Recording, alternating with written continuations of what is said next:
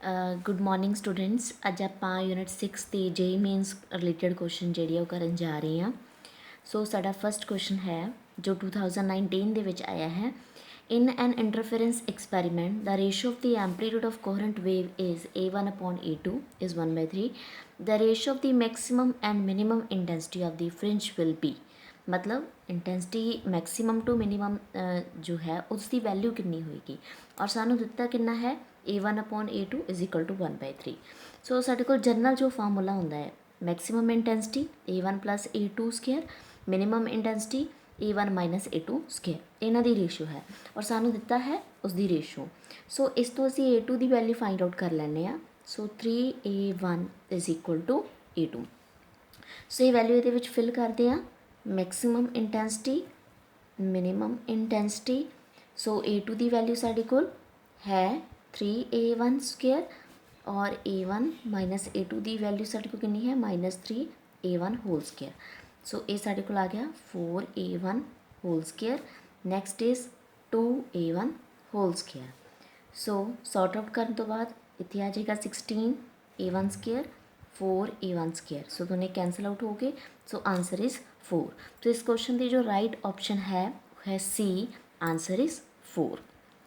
Next question, the diameter of objective lens of the telescope is 250 centimetre. मतलब objective lens of telescope के दा जो objective lens है उसका जो डायमीटर है वो सानू दिता है 250 centimetre. For the light of wavelength 600 nanometre coming from a distant object the limit of resolution of the telescope. और सानू नाल ही वेवलेंथ दी है 600 नैनोमीटर। इनू सब तो पहले असीं मीटर च करांगे। 250 10⁻² metre. then wavelength is also 600 10⁻⁹ metre. So इतने असी limit of resolution find out करनी है। सो 1.2 लैमडा की वैल्यू फिल करांगे। ये जर्नल असी फॉर्मूला यूज़ करते हैं 6 10⁻⁹ मीटर और डायमीटर सानू दिता है 250 10⁻⁻² मीटर। सो इसकी जो आंसर आएगा वो साढ़े को आएगा 3.0 10⁻⁻7 रेडियन। सो इसका जो राइट ऑप्शन है वो है 3 ए वाला। सो इट मीन सानू इत्थे सिर्फ एक फॉर्मूला पता होना चाहिए कि जो लिमिट ऑफ रिजोल्यूशन है वो किसके इक्वल है 1.22 lambda upon D. Next question जो कि यंग्स डबल स्लिट एक्सपेरिमेंट के रिलेटेड है। In a Young's double slit experiment the ratio of the slits width is 4/1। मतलब सानू स्लिट्स की विड्थ दी हुई है 4/1। The ratio of the intensity, फिर वही क्वेश्चन है किसी ratio of maximum to minimum intensity जी फाइंड आउट करनी है। हुण देखो इसलिए सानू याद रखना पएगा कि जो विड्थ है वो डायरैक्टली प्रपोर्शन होंदी है एंपलीट्यूड के स्केयर के। इट मीनस 4/1। इट मीनस सानू इत्थों A1 अपॉन A2 मिल गया, उधर जाके अंडर रूट हो गया 2/1। It means A1 is equal to 2A2। Next असी maximum to minimum intensity find out करांगे। मैक्सिमम टू मिनिमम, हाँ जी A1 सानू पता लग गया। A1 की वैल्यू असी की लिख सकते हैं 2A2 plus A2 whole square. Next 2A2 minus A2 whole square. So जो असी इनू सॉल्व किया इतने बन गया 3 का स्केयर, इतने बन गया 1 का स्केयर। सो आंसर कितना आया 9/1। सो इसका जो राइट ऑप्शन है वो है सी 9/1। नैक्सट क्वेश्चन ये भी इंटरफेरेंस से रिलेटेड ही है, Young double slit experiment related है। So coherent source produce wavelength of different intensity. मतलब दो कोहरेंट सोर्स हैं और डिफरेंट इंटेंसिटी जी वो प्रोड्यूस कर रहे हैं। Which interference after interference the ratio of maximum to minimum intensity.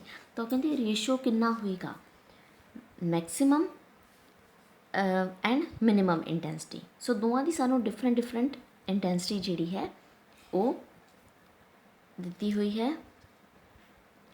So maximum to minimum 16/1। So हुण असी उन्हां दी इंडिविजुअल इंटेंसिटी फाइंड आउट करनी है। चलो देखो मैक्सिमम टू मिनिमम दी हुई है। सो मैक्सिमम की वैल्यू लिख लें असी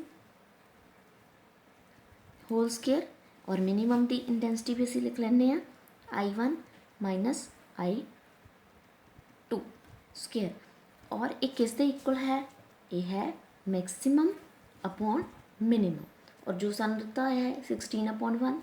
हुण इसका पूरे का स्केयर है उधर जाके रूट बन जाएगा। It means under root I1 I2 I1 minus I2 is equal to 4। हुण जेकर असीं इसनूं सॉल्व करिए, असीं इहनूं सॉल्व करांगे 4/1। It means I1 plus I2 is equal to 4 under root I1 minus 4 under root I2। हुण इन्हां नूं असीं रीअरेंज कर लैंदे आ।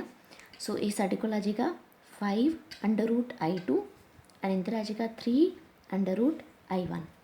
हुण इस तो बाद इन्हां नूं फिर चेंज करते हैं। सो इत्थे असीं जेकर I1 5/3 और ये आएगा under root I1 under root I2। हाँ जी, हुण I1/I2 साडे कोल कितना आया, I1/I2 मतलब अंडर रूट कट दिए और उधर की हो जाएगा स्केयर। इट मीनस 25/9। तो इसकी जो राइट आंसर है वो है 25/9। मीनस इस में सानू मैक्सिमम मिनिमम इंटेंसिटी जी हो दी हुई सी और असी इंडिविजुअल वैल्यू फाइंड आउट करनी सी कि इंडिविजुअल वैल्यू जी वो कितनी होएगी। Next question, a monochromatic light is incident at a certain angle on the equilateral triangle. सानू एक मोनोक्रोमैटिक लाइट दी है और इक्विलेटरल ट्रायंगल के उपर सपोज करो इस तरह वो स्ट्राइक करती है एंड सफ़र मिनिमम डेविएशन, और वो सफ़र कर दी है minimum deviation. If the refractive index of the prism is under root 3, मतलब सानू उन्होंने रिफ्रैक्टिव इंडेक्स भी दिता है, म्यू दिता है under root 3, the angle of incidence, और वो असी फाइंड आउट की करना है एंगल ऑफ इंसीडेंस। देखो सब तो पहला तो ये असी इक्विलेटरल ट्रायंगल की गल की गई है। इट मीनस जेकर इक्विलेटरल ट्रायंगल है तो फिर हरेक एंगल कितना बनेगा 60 डिग्री। ठीक है, इट मीनस फिर सानू ए भी पता है 60 डिग्री। ठीक है, सो असी इस एंगल ऑफ इंसीडेंस जोड़ा वो पता करना है। सो सारिया वैल्यूज ही पुट करते हैं। सो म्यू की वैल्यू सानू अंडर रूट 3 दी है, साइन ए 60 है प्लस डेल्टा/2, और ए फिर सानू 60 दिता होया है 60/2 it means 30। Okay, so sine 60 plus delta और साइन 30 कितना होंदा है, साइन 30 होंदा है 1/2। हुण यही 1/2 इधर मल्टीप्लाई हो जाएगा 1/2 साइन 60 प्लस डेल्टा/2। हाँ जी, under root 3/2 minus sine under root 3/2 का इक्वल होंदा है, वो इक्वल है साइन 60 के इक्वल। ठीक है, सो देखो भी sine 60 plus delta under root 3/2 वो साइन 60 के इक्वल है। इट मीनस ए साइन और ए साइन कैंसल हो सकती है। सो साढ़े को रिजल्ट आया 60 plus delta is equal to 60, 60 plus delta उधर जाके 120 बन गया और डेल्टा साढ़े को कितना आ गया 120 माइनस 60 इज इक्वल टू 60। हुण मेन सानू क्वेश्चन दे विच की किया गया है एंगल ऑफ इंसीडेंस। तो देखो भी आ जिहड़ा सारा क्वेश्चन है, सारा एंगल जिहड़ा है वो एंगल ऑफ इंसीडेंस ही है। सो फिर angle i A plus delta 60 angle of incidence, angle of prism, और 60 ही जिहड़ा है angle of deviation by 2। So answer साढ़े कोल फिर एंगल ऑफ इंसीडेंस भी कितना आ गया 60 degree.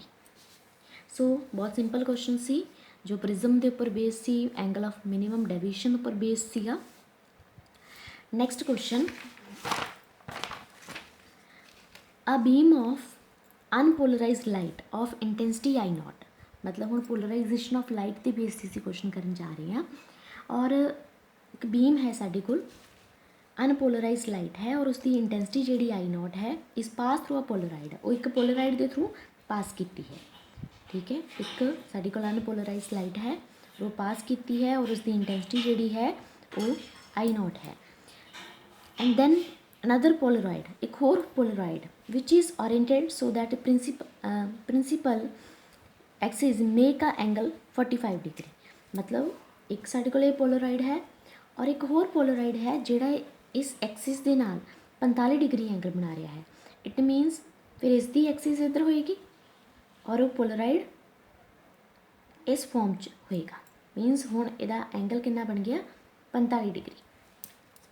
Then intensity of the emergent light, तो इमरजेंट लाइट की जी इंटेंसिटी वो कितनी होएगी।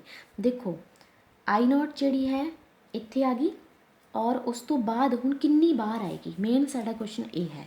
तो देखो ये साडे कोल है मैक्सिमम इंटेंसिटी कितनी आएगी या कितनी इंटेंसिटी बाहर आएगी, वो डिपेंड करेगी आई नॉट अपॉन 2 ते और कॉस एंगल ते। एंड कॉस एंगल कितना है साडे कोल 45 degree. So I not upon 2 cos 45 degree 1/√2 ਇਹਦਾ बन गया स्केयर। सो इनू ਆਪਾਂ ਜਦੋਂ सॉल्व करांगे √2 2 आ गया, ये आएगा 4। सो इसका जो राइट आंसर है वो ये है। सो एक फॉर्मूला है, ठीक है। सो ये फॉर्मूला असी याद रखना है और इस तो असी फाइंड आउट कर सकते हैं कि जो जेकर किसी भी पोलराइड ਨੂੰ किसी पर्टिकुलर एंगल ਤੇ ਅਸੀਂ ओरिएंटेट कर ਦਿੰਦੇ ਹਾਂ ਤਾਂ ਉਸਦੀ ਇੰਟੈਂਸਿਟੀ जो इमरजेंट लाइट है वो कितनी बार आएगी, ਅਸੀਂ इस तरीके ਨਾਲ पता कर सकते हैं। नेक्स्ट क्वेश्चन है when a monochromatic red light is used instead of blue light, ठीक है। पहला रेड लाइट है साडे कोल, असी उसनों यूज़ करते हैं instead of blue light in a convex lens, it's focal length will be, तो उसकी फोकल लेंथ विच की चेंजिस आएगियाँ, मतलब वो डिपेंड कलर पर डिपेंड नहीं करती, इनक्रीज़ होएगी डिक्रीज़ होएगी या कुछ भी फर्क नहीं पेगा उसनों। तो इसलिए एक फॉर्मूला साडे कोल lens maker formula 1/f μ-1 1/r1 -r2, ये साडे कोल लेंस मेकर फॉर्मूला हो गया। इस तो इलावा असी कॉची फॉर्मूला भी किया है प्रिज्म वाले चैप्टर के डिस्पर्शन ऑफ लाइट के, तो उसके अकॉर्डिंग की है कि वेवलेंथ इस अकॉर्डिंग वेरी करती है, मतलब इफेक्टिव इंडेक्स जो है वेवलेंथ के इनवर्सली प्रपोर्शनल है किसी भी पावर की। तो एक गल होर सानू क्लीयर है कि जो वेवलेंथ है रेड कलर की वो ज़्यादा होंगी है comparatively wavelength of blue colour. हुण इस फॉर्मूले तो देखिए भी जेकर वेवलेंथ रेड कलर की ज़्यादा है तो फिर इफेक्टिव इंडेक्स रेड कलर का घट होएगा और ब्लू कलर का इफेक्टिव इंडेक्स ज़्यादा होएगा। चलो वेवलेंथ पहला पॉइंट, वेवलेंथ रेड कलर की सब तो ज़्यादा है, फिर उस तो बाद फिर उसका इफेक्टिव इंडेक्स दूसरे नंबर पर घट हो गया। हुण अगला जिहड़ा साडा पार्ट है कि जो फोकल लेंथ है और इफेक्टिव इंडेक्स के इनवर्सली प्रोपोर्शनल है। सो जेकर उसका इफेक्टिव इंडेक्स घट है तो इट मीनस फिर उसकी फोकल लेंथ की होएगी वध होएगी रेड कलर की कंपैरेटिवली ब्लू कलर। सो इत्थों हुण की क्लीयर होया कि जेकर असी ब्लू कलर के जगह ते रेड कलर लवांगे तो वेवलेंथ इत्थे फ्रीकुएंसी ते की फर्क पेगा, फ्रीकुएंसी जिहड़ी है सॉरी फोकल लेंथ है फ्रीकुएंसी सॉरी रियली सॉरी ये फोकल लेंथ है। सो फोकल लेंथ जिहड़ी है वो इनक्रीज़ हो जाएगी, ठीक है। सो ये चेंजिस आएंगे जो आप एक कलर में दूसरे कलर के नाल चेंज करांगे और डिपेंड करेगा वेवलेंथ ते, उस तो बाद रिफ्रैक्टिव इंडेक्स ते ते दैन दी वेवलेंथ ते।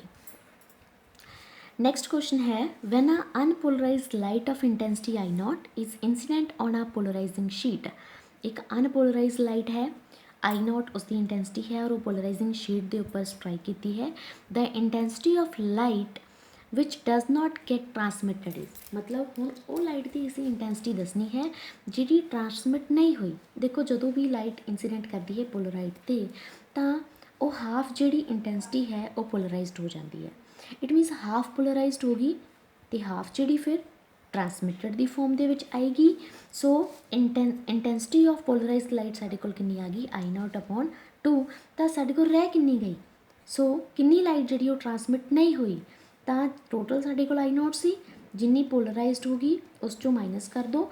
सो फिर आंसर कितना आएगा, आंसर फिर साढ़ा सेम रह जाएगा I naught by 2, it means इन्नी जी लाइट है वो ट्रांसमिट नहीं हुई। Next question to get the 3 images of a single object, असी किसी ऑब्जेक्ट ने 3 इमेजेस बनाना चाहते हैं। One should have 2 plane mirror at angle, तो कोई परसन 2 मिरर नू किस तरह रखे ताकि उन्होंने जिहड़ियां इमेजेस है वो 3 बन, ठीक है। किन्ने एंगल ते रखी, इमेजेस किन्नियां बनाउणियां 3, साडे कोल फॉर्मूला है n is equal to 360 upon theta -1। So images किन्नियां बनाउणियां है 3, किन्ने एंगल ते प्लेस करना है ये असी पता करना है -1। सो इधर 4 हो गया 360 upon theta, so theta is equal to 360 upon 4, answer is 90 degree. मतलब जेकर असी 2 प्रिज्म नू 90 डिग्री ते रखांगे तो 3 इमेजेस बन गया, क्लियर। नेक्स्ट भी यही कैटेगरी है। If 2 mirrors are kept at 60 degree, मतलब इस में सानू उन्होंने एंगल दे दिता कि दोवां नूं किन्ने डिग्री ते रखिया गया है 60 डिग्री ते। Then number of images form, तो हुण उन्हां दियां इमेजिस किन्नियां होणगीਆਂ। So n is equal to 360 upon theta -1। So number of images पता करनियां है 360 अपॉन थीटा, थीटा कितना है साढ़े कोल 60 -1। सो इत्थे आ गया 6 - 1, आंसर इज़ 5। इट मीनस हुण टोटल किन्नियां इमेजिस बन गईयां 5। जेकर ਅਸੀਂ ਉਹਨਾਂ ਨੂੰ 60 डिग्री ਤੇ ਰੱਖਾਂਗੇ ਤੇ 5 ਇਮੇजेस ਬਣ ਗਈਆਂ। ਜੇਕਰ ਉਹਨਾਂ ਨੂੰ 90 डिग्री ਤੇ ਰੱਖਾਂਗੇ ਤਾਂ ਸਾਡੇ ਕੋਲ 3 ਇਮੇजेस ਬਣ ਗਈਆਂ। Next question, 2 lenses of power -15 diopter and +5 diopter are contact with each other, then focal length of the combination। ਸੋ ਅਸੀਂ ਇੱਥੇ ਦੋ ਲੈਂਸ ਲਏ ਹੈ, ਉਹਨਾਂ ਦੀ ਪਾਵਰ ਦਿੱਤੀ ਹੋਈ ਹੈ ਸਾਨੂੰ, ਤੇ ਅਸੀਂ ਇਹਨਾਂ ਦੀ ਕੰਬੀਨੇਸ਼ਨ ਦੀ ਫੋਕਲ ਲੈਂਥ ਜਿਹੜੀ ਆ ਪਤਾ ਕਰਨੀ ਹੈ। ਸਭ ਤੋਂ ਪਹਿਲਾਂ ਤਾਂ ਸਾਡੇ ਕੋਲ ਪਾਵਰ ਲਈ ਟੋਟਲ ਪਾਵਰ ਕਿੰਨੀ ਬਣੇਗੀ। ਪਾਵਰ ਕੀ ਹੁੰਦੀ ਹੈ, ਦੋਨਾਂ ਦੀ ਸਮ ਦੇ ਇਕੁਅਲ ਹੋ ਜਾਂਦੀ ਹੈ। पर जे नैगेटिव है तो नैगेटिव लवांगे, जे पॉजिटिव है तो पॉजिटिव। सो आंसर कितना आ गया -10 डायोप्टर। हुण असी फोकल लेंथ पता करनी है। सो फोकल लेंथ पावर दे अपोजिट, ठीक है। सो इनवर्स ऑफ पावर, सो 1/-10। सो ये साढ़े को आ गया 0.1 मीटर, ठीक है। हुण सानू कोई भी आंसर मीटर च नहीं दिता गया, तो फिर इसनूं सेंटीमीटर च कर लीए। ये आएगा -10 सेंटीमीटर। सो फिर राइट ऑप्शन साड़ी केड़ी आएगी, बी ऑप्शन जी है वो राइट है। So thank you.